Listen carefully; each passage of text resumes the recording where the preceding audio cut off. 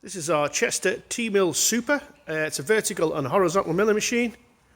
I'm just going to turn it on now and let you hear it running. So, main spindle.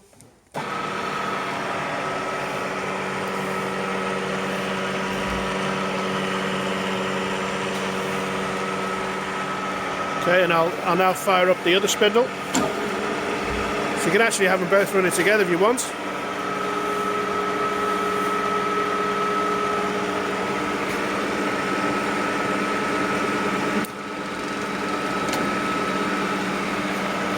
That's rapid on the x-axis.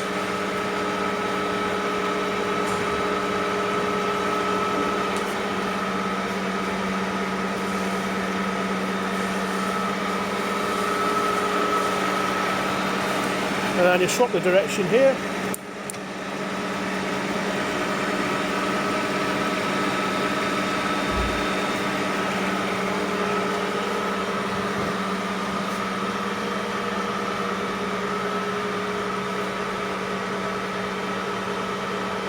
It's all running great. Just turn it off.